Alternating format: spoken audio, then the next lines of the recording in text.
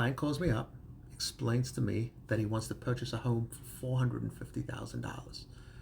Also explains to me that he doesn't have a lot of money saved, but a family member is going to give him $25,000. I was like, okay, do the application and let me review what's going on.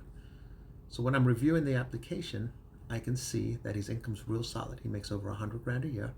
And just like he explained, he didn't have a lot of money in the bank, $3,000 or $4,000. Pretty much insignificant when it comes to purchasing a house. But what he never mentioned to me was his credit. His credit was in the low 600s. So the first thing I do is I run him through the automated system, and it does give me an approval. But then I run him through a second time where all the money in the transaction is a gift. When this goes through, I do not get an approval.